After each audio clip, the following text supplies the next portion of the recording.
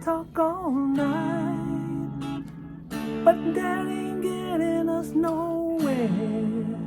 Oh, hey, what's going on, you guys? It is Slim, and I am back with you today on the home of nostalgia.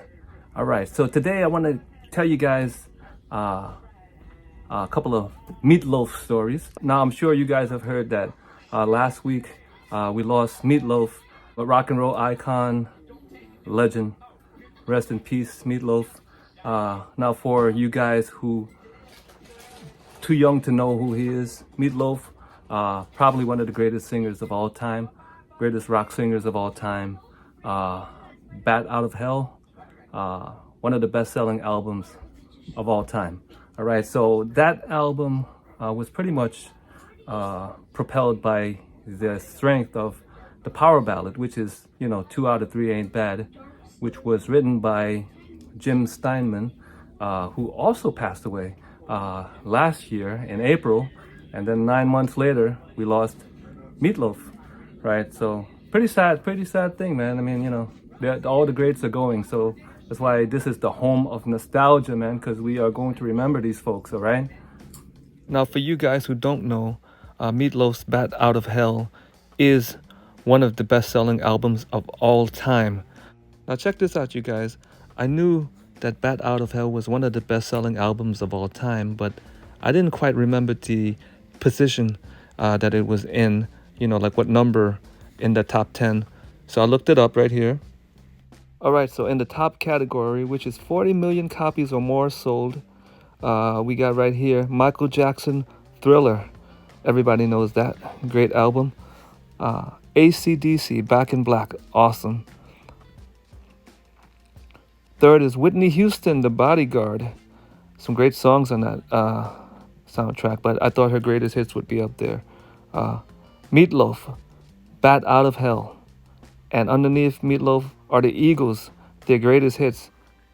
Now, I don't know about you, but it's quite astounding to see that Meatloaf ranked above the Eagles in sales.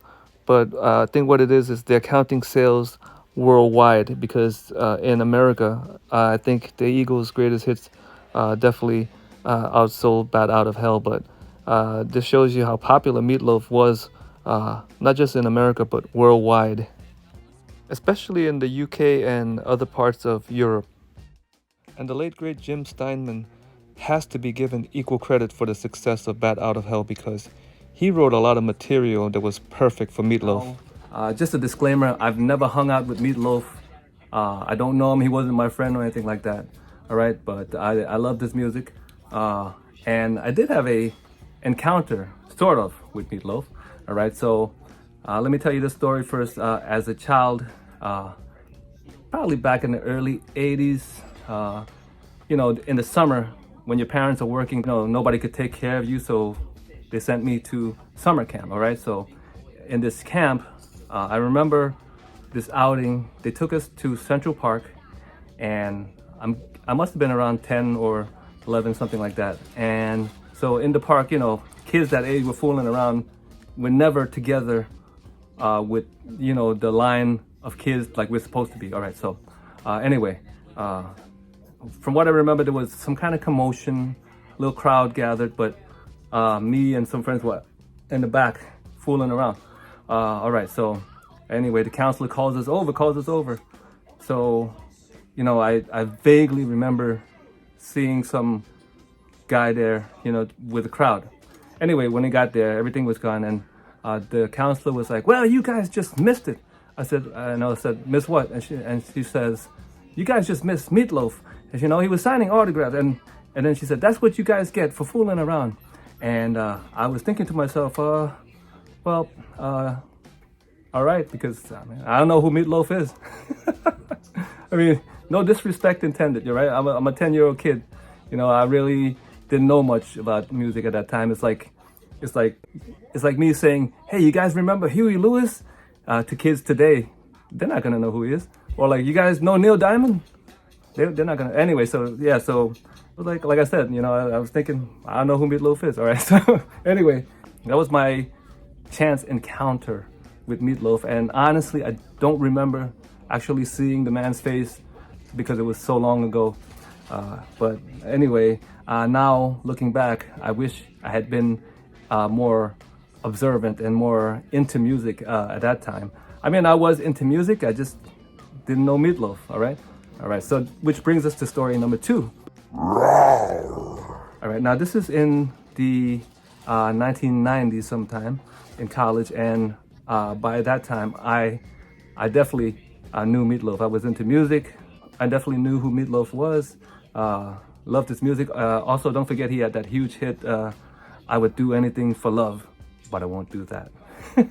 Right? So anyway, we had a little band going on, me and some friends, and it was me, another cat, and our lead singer, who was one of my best friends.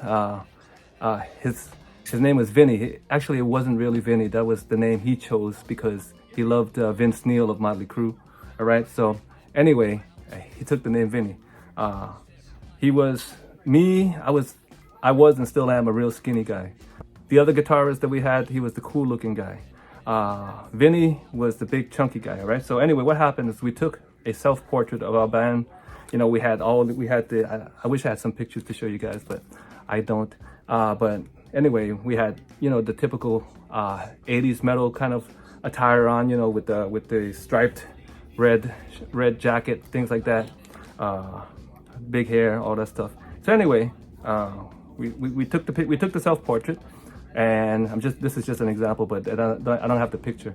Anyway, the lead singer Vinny was so enamored by that picture. He was like, "Oh man, we look cool in this picture, boy. We look cool in this picture." So anyway, when we walked through the halls of the college, there was another kid, a young budding guitarist, I remember.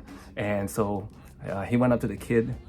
He goes, "Check this out, man. This is our photo. This is us right here. Check this out." So anyway, the guitarist kid looked at it, and he points to the other guitarist, the cool looking guy, and he says, "Eddie Van Halen." And actually, he had a good point. That kid really did look a little bit like Van Halen. Then he points to me in the picture and he goes, "Steve Vai." At that time, I took it as a so-so compliment because Steve Vai is skinny. But, you know, Steve Vai is phenomenal guitarist, but that's not me though. I'm not a phenomenal guitarist, all right? And then he points to my friend, the lead singer, Vinny, and he goes, "Yes, Meatloaf." and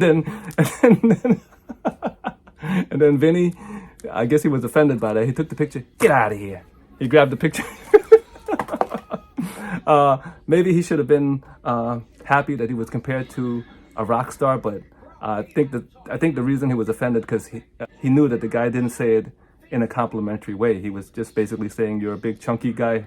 You know what I'm saying? So the sad part is that Vinny never lived that down, man. You know, when they say, you know, once you see something, or once you see something, you can't unsee it, or once you hear something, you can't unhear it. Well, what happened is after that dude called him Meatloaf, for the next 30 years, man, we've been calling him Meatloaf. Every time I talk to Vinny or we see Vinny, "Hey, man, hey, the loafer." Or we would sometimes call, hey, Loaf. You know, like, so later on we would put him in the flyers, Vinny, Loaf, Lang.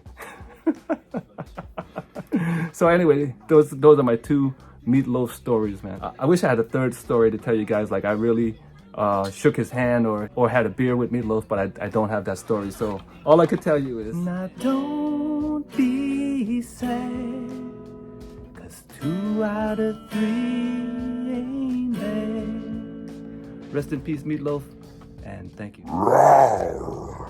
Alrighty, so I want you guys to understand, by telling you guys that story, I wasn't making fun of Meatloaf, alright?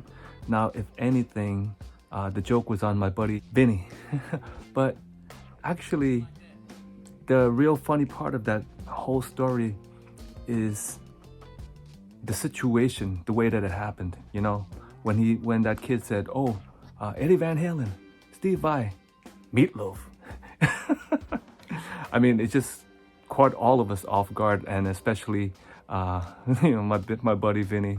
And so that was basically the whole thing that was funny. It was the situation, it was the shock. And like, you know, me and the other guitarists, we just couldn't help but crack up and Vinny's face turning all mad, and you know. Anyway, that was the story. All right, and you know the real Meatloaf.